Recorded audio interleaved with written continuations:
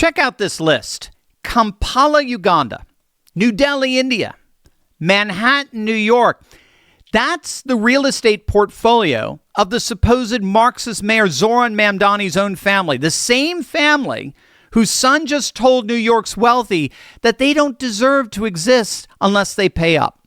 While he was busy publishing a public database naming nearly 1 million New York property owners subject to his new Tax the Rich scheme, his own parents were sitting on a luxury compound on Lake Victoria, a getaway in one of India's wealthiest cities, and property in the most expensive real estate market on the planet. Stick around because we're about to expose the mansions, the money, and the mind-blowing hypocrisy of the loudest socialist in America. Hey gang, it's me, Dr. Steve, your Patriot Professor, here to help you make sense of the madness. We're breaking news and analysis you're not going to get anywhere else, so make sure to smack that bell and subscribe button. If you don't know, Zohran Mamdani was born in Kampala, Uganda, 1991. The son of Columbia University professor Mahmoud Mamdani and Academy Award-nominated filmmaker Mira Nair. He spent his childhood bouncing between Uganda and South Africa before the family relocated to New York City in 1999, eventually settling into an apartment on the Upper West Side. Now, of course, the irony in all of this is that little Zohran, would grow up denouncing landlords and private property, all the while his family was quietly building a real estate footprint that spans 3 continents and multiple $1 million. Let's start with the crown jewel, the family compound in Uganda's Buziga Hill neighborhood just outside Kampala. This is not some modest bungalow. We're talking a 5-bedroom, 4-bathroom villa on 2 full acres with panoramic views of Lake Victoria. Monkeys reportedly roaming the grounds, and neighbors who happen to include Uganda's vice president and the head of the country's defense forces. And here's the kicker.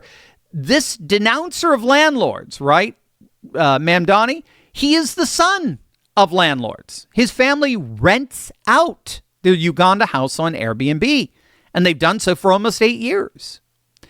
Now, the reason why this is so beyond ironic is that Mamdani has doubled down on New York's ridiculously strict Local Law 18, which is a near total ban on short-term rentals. Airbnb has been doing everything they possibly can to try to relax these laws, and Mamdani is standing in the way.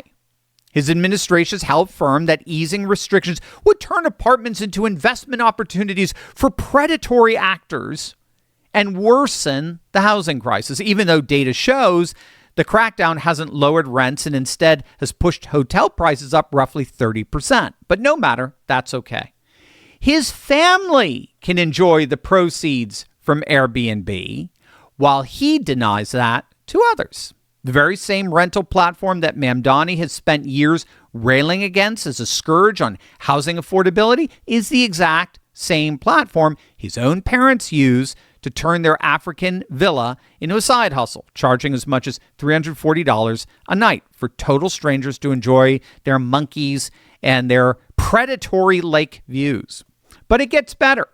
You may remember this, but last year, Mamdani married Syrian artist Rama Douaji, and it was hardly a quiet ceremony. The engagement party was thrown in Dubai, one of the 20 richest cities in the world by millionaire population.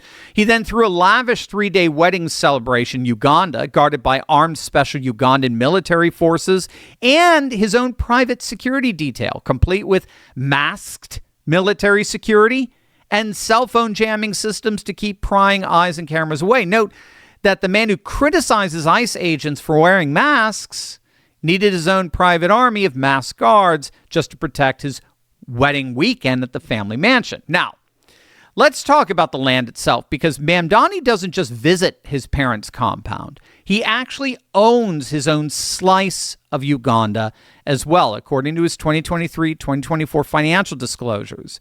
Mamdani personally owns 4 acres of vacant land in Jinja, Uganda, near the source of the Nile River. It's valued somewhere between $150,000 to $250,000. And get this, the New York Sun pointed out the delicious irony back in April. Mamdani wants to slap a punishing new tax on vacant, underutilized luxury property in New York City in the form of what's known as a pied-à-terre tax, all the while sitting on his own vacant, undeveloped land in a country where the average annual income is less than $1,000 a year. Rules for thee, not for me. And it's not just Uganda. Mamdani's mother, Mira Nair, has openly described living a jet-set, three-continent lifestyle. In an interview with People magazine, she said, quote, "I am privileged to have my own cocoon in each of my three homes, New York, Kampala, and New Delhi. 3 homes, 3 continents. One socialist son telling the rest of us that private property is theft." Nair also owned a $1.4 million loft in Chelsea, purchased in 2008, sold in 2019. A property now estimated to be worth close to $2 million. That's not exactly the working class housing situation that Mamdani likes to talk about on the campaign trail. So let's tally it up. We've got a Kampala compound worth well over $1 million that moonlights as an Airbnb that Mamdani blames for contributing to an affordability crisis. You got 4 acres of personal vacant land in Jinja. You got a Chelsea loft. You got regular visits to a home base in New Delhi. And you got a wedding weekend that required private security and jamming equipment normally associated with heads of state. Now, encountering all of this made me think of the lines I hear people say all the time when it comes to gold. I'm going to wait, right? Wait for gold to come down. Wait for inflation to settle. Then I'll get it. Wait for the economy to stabilize. Wait until things feel a little more normal. But here's my question to you guys. What exactly are we waiting for? You see the likes of the wealthy around the world. They're not waiting. Look at the economic reality around us. Central banks around the world continue accumulating gold. Nations continue looking for alternatives to their dependence on the dollar. We're watching an increasingly fragmented global economy take shape right in front of us. These aren't isolated headlines. These are structural changes. And we've been talking about these trends in this channel for years. So when someone tells me that they're waiting for the, quote, right time to look at gold, I think they're still focused on the wrong thing. Because if debt, currency concerns, central bank buying, geopolitical uncertainty, if those are the reasons you were considering physical gold in the first place, what's changed? That's the question, right? Not whether you could perfectly time the price, not whether gold is higher today than it was a year ago. Have the fundamental reasons for owning gold gone away? Obviously, from where I sit, they have not. So that's why people are still looking at purchasing physical gold and silver directly, while others are exploring whether a gold IRA makes sense for a portion of their retirement savings. And if you're looking into either one, get educated first. And that's why I trust Augusta Precious Metals. Their experienced educational team will sit down with you one-on-one, explain physical gold and silver, walk you through how a gold IRA works, answer your questions, and then help you understand your options before you make a decision. Go to turleybuysgold.com or text Turley to 35052 to request Augusta's free guide, because waiting only makes sense if you're waiting for something fundamental to change. Debt is still climbing. Central banks are still buying. The global order is still shifting. The reasons for owning gold haven't changed. Not one bit. Click on that link below right now.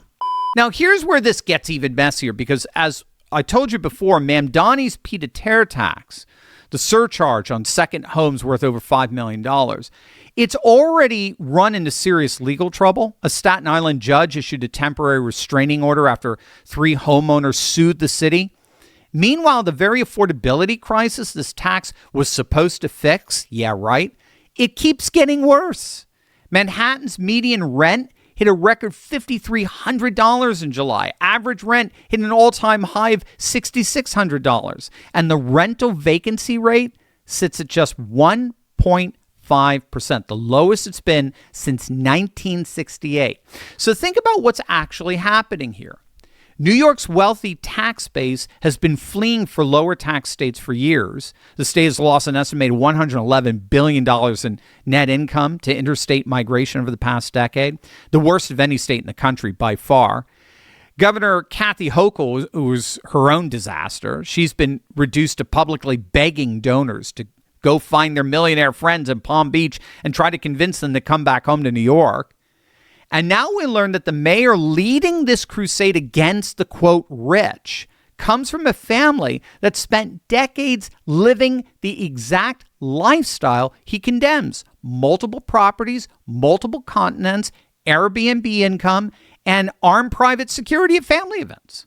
Here's the frame that actually explains all of this. And it comes from the late Brazilian philosopher Olavo de Carvalho, who I had the honor of getting to know towards the end of his life. He was a brilliant man. But Carvalho argued about what he called meta-capitalists in his analysis, his social and political analysis. Meta-capitalists. These are wealthy, ideologically Marxist figures who become so rich, so globally connected, so politically connected, and so insulated from consequence that they effectively rise above the very capitalist system they publicly denounce, but ironically personally profit from. So what's so key here is that they don't abolish the rules for the wealthy. Instead, they see themselves as the exception to those rules. They get to own vacant land in developing countries. They get to rent out family villas on Airbnb or throw multi-continent weddings with private security and jet between 3 homes on 3 continents, all while telling ordinary New Yorkers, ordinary renters, ordinary small landlords that wealth itself is the problem. That's the real story here. It's not just hypocrisy in the ordinary political sense. Every politician's got some of that. It's something more structural. It's a class of people wealthy and connected enough that socialism for them is a policy they impose on everyone else, but never on themselves. That's what Carvalho meant by meta-capitalists. They have enough wealth and political power to, in effect, live above the capitalist system that they denounce. Mamdani can publish a database exposing the addresses of nearly 1 million New Yorker property owners, force 17,000 of them to prove they don't owe a new tax, and then stand outside billionaires' penthouses demanding they pay their fair share, all the while his own family enjoys the exact kind of multi-continent, multi-property wealth he claims should not exist. But unfortunately, the joke's on him. The rich that Mamdani wants New York to punish are heading to Florida in droves. Every single month, the city loses more and more tax revenue.